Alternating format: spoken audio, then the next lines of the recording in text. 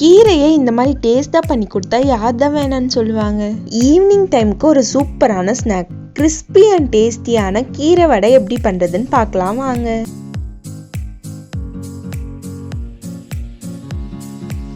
கீரை வடை பண்றதுக்காக ஒரு பாத்திரத்துல ஒரு கப் உளுந்தை எடுத்துக்கலாம். அது கூட ஒரு ஸ்பூன் பச்சரிசி சேர்த்துக்கலாம். ரெண்டுத்தையும் சேர்த்து நல்லா வாஷ் பண்ணி எடுத்துக்கலாம். வாஷ் பண்ணி எடுத்ததும் அது கூட தண்ணி சேர்த்து 3 hours ஊற வச்சு எடுத்துக்கலாம். கீரை வடை பண்றதுக்காக நாங்கள் இன்னைக்கு சிறுகீரை எடுத்திருக்கோம். நீங்க என்ன கீரை வேணும்னாலும் எடுத்துக்கலாம். கீரையை மண் எதுவும் இல்லாம நல்லா அலசி எடுத்துக்கலாம். அலசின கீரையை நல்லா பொடியா கட் பண்ணி எடுத்துக்கலாம்.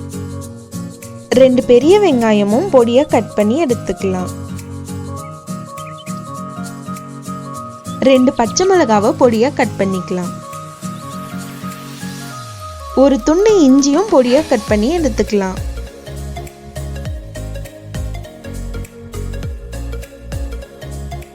ஊற வச்ச உளுந்த மிக்சர் ஜார்ல சேர்த்து தேவையான அளவு கல்லுப்பு சேர்த்து அரைச்சு எடுத்துக்கலாம்.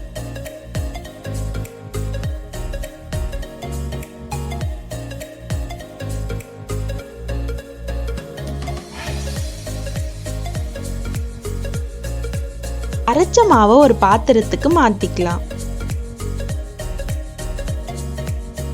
அது கூட பொடியா கட் பண்ணி வச்சிருக்க வெங்காயம், பச்சை மிளகாய், இஞ்சி சேர்த்துக்கலாம். பொடியா கட் பண்ணி வச்சிருக்க கீரையும் சேர்த்துக்கலாம். எல்லாத்தையும் சேர்த்து மிக்ஸ் பண்ணி எடுத்துக்கலாம்.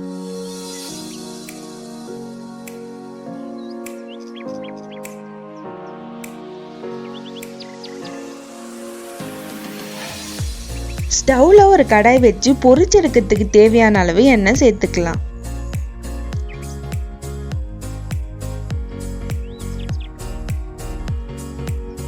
நம்ம ரெடி பண்ணி வச்சிருக்க மாவுல இருந்து கொஞ்சம் பெரிய உருண்டையா எடுத்து இந்த மாதிரி கவர் இல்ல வாழை இலையில தட்டி எடுத்துக்கலாம்.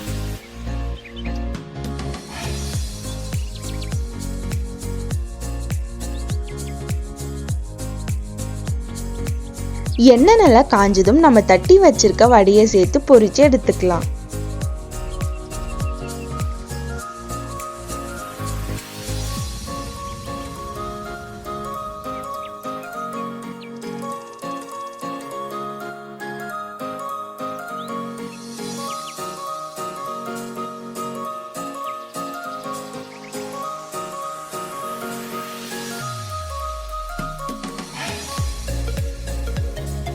வடை நல்லா வெந்து செவந்து வந்ததும் எடுத்துடலாம். சூப்பர் அண்ட் டேஸ்டியான கீரை வடை ரெடி.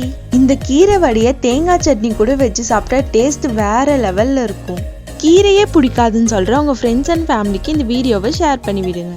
நீங்களும் வீட்டில் ட்ரை பண்ணீங்கன்னா எப்படி இருந்ததுன்னு மறக்காம கமெண்ட்ல சொல்லுங்க.